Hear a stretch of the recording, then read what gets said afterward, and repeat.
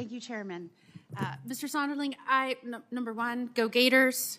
Go Gators. So important. We must get that out of the way. You missed a photo with two Florida senators. Former Senator George Lemieux is here. Go Gators is ruled out of order. Oh, yes.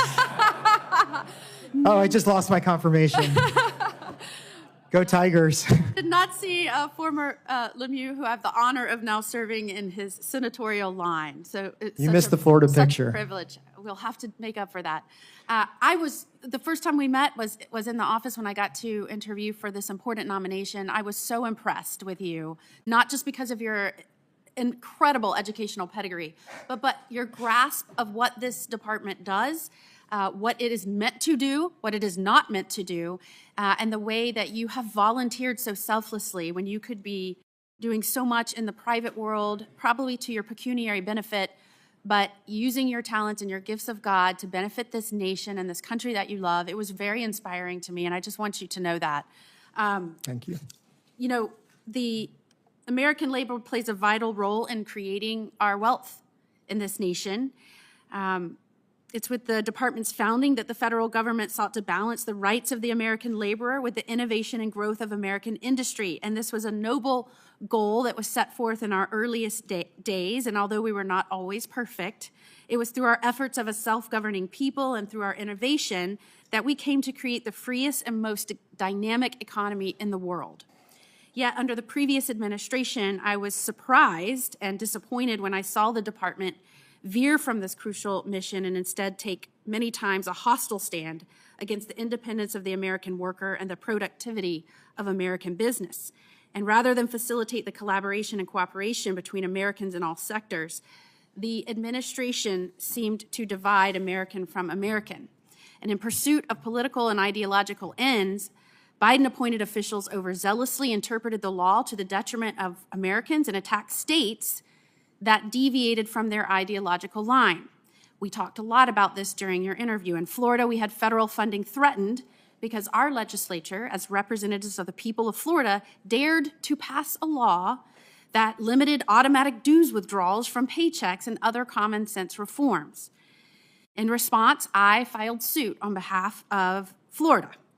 And I believe the department can play a vital role in growing our economy and at the same time protecting the American worker while respecting the rights of the states to pass common sense laws. I think it is very important right now at this moment in our country's history that the American worker and the American business and the American economy comes first. And we can do that at the same time. And I believe you and your team will make that a reality.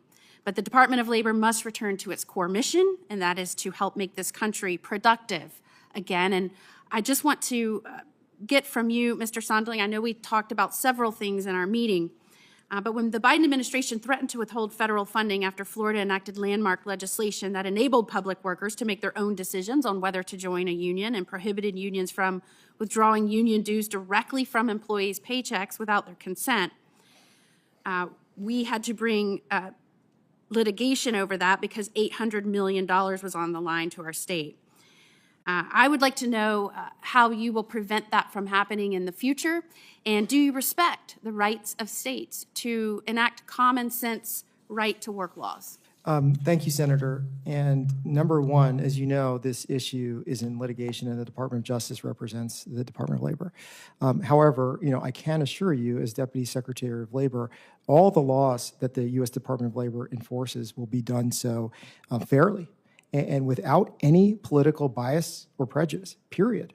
And I think, to just speaking broadly, about the Department of Labor jurisdiction under the Federal Transit Act related to certifying the funds going to certain states, and very technical issue with that 13C requirement with 6 various elements. What I can assure you is that all elements like that the Department of Labor has to make a judgment call on will be done so in accordance with the law and nothing else. And no political bias will be injected into that. And you have my absolute assurance, whether it's on that issue or any issue across the board. To your second question, of course, I respect states being able to pass bills.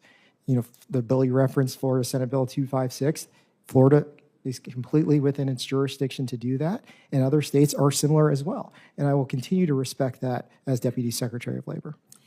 And I want to just tell the committee, as I wrap this up, I had a whole other line of questioning regarding the lost children and the Department of Labor's involvement in that. But your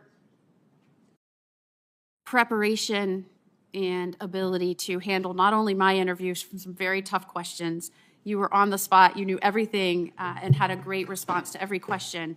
I know you will serve incredibly well in this role. I have great confidence in you. No Florida bias there. None at all. Thank you, Senator.